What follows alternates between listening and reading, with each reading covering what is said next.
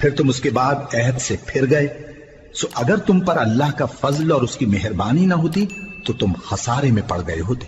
اور تم ان لوگوں کو خوب جانتے ہو جو تم میں سے ہفتے کے دن مچھلی کا شکار کرنے میں حد سے تجاوز کر گئے تھے، تو ہم نے ان سے کہا کہ ذلیل و خوار بندر ہو جاؤ، اور اس قصے کو اس وقت کے لوگوں کے لیے اور جو ان کے بعد آنے والے تھے عبرت اور پرہیزگاروں کے لیے نصیحت بنا دیا۔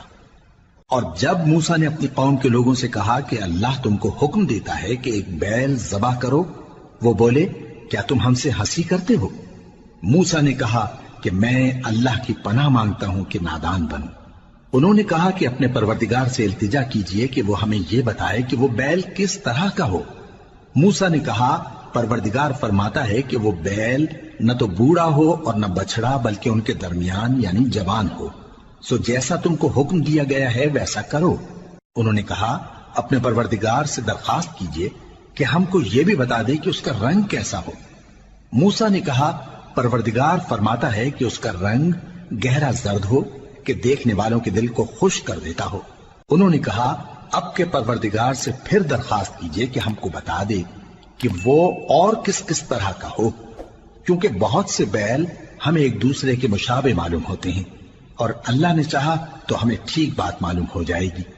موسیٰ نے کہا کہ اللہ فرماتا ہے کہ وہ بیل کام میں لگا ہوا نہ ہو، نہ تو زمین جوتتا ہو اور نہ کھیتی کو پانی دیتا ہو، بے عیب ہو، اس میں کسی طرح کا داغ نہ ہو۔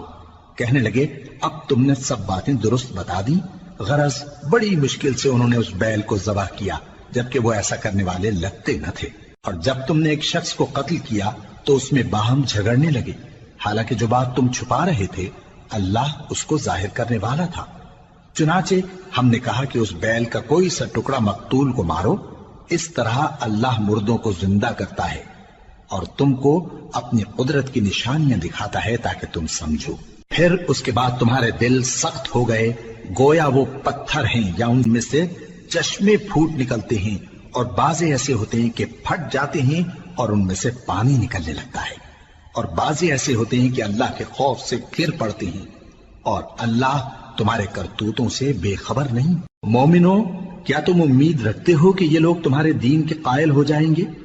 حالانکہ ان میں سے کچھ لوگ کلام اللہ یعنی تورات کو سنتے پھر اس کے سمجھ لینے کے بعد اس کو جان بوجھ کر بدل دیتے رہے ہیں، اور یہ لوگ جب مومنوں سے ملتے ہیں تو کہتے ہیں ہم ایمان لے آئے ہیں، اور جس وقت تنہائی میں ایک دوسرے سے ملتے ہیں تو کہتے ہیں جو بات اللہ نے تم پر ظاہر فرمائی ہے وہ تم ان کو اس لیے بتائے دیتے ہو کہ قیامت کے دن اسی کے حوالے سے تمہارے پروردگار کے سامنے تم کو الزام دیں۔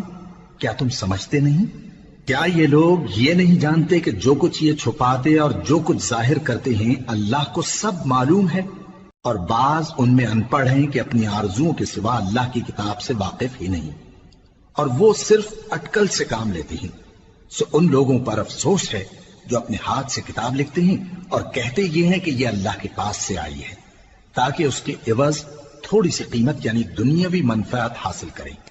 سو ان پر افسوس ہے اس لیے کہ بے اصل باتیں اپنے ہاتھ سے لکھتے ہیں، اور پھر ان پر افسوس ہے اس لیے کہ ایسے کام کرتے ہیں، اور کہتے ہیں کہ دوزخ کی آگ ہمیں چند روز کے سوا چھو ہی نہیں سکے گی۔ ان سے پوچھو کیا تم نے اللہ سے اقرار لے رکھا ہے کہ اللہ اپنے اقرار کے خلاف نہیں کرے گا، یا تم اللہ کے بارے میں ایسی باتیں کہتے ہو جن کا تمہیں مطلق علم نہیں؟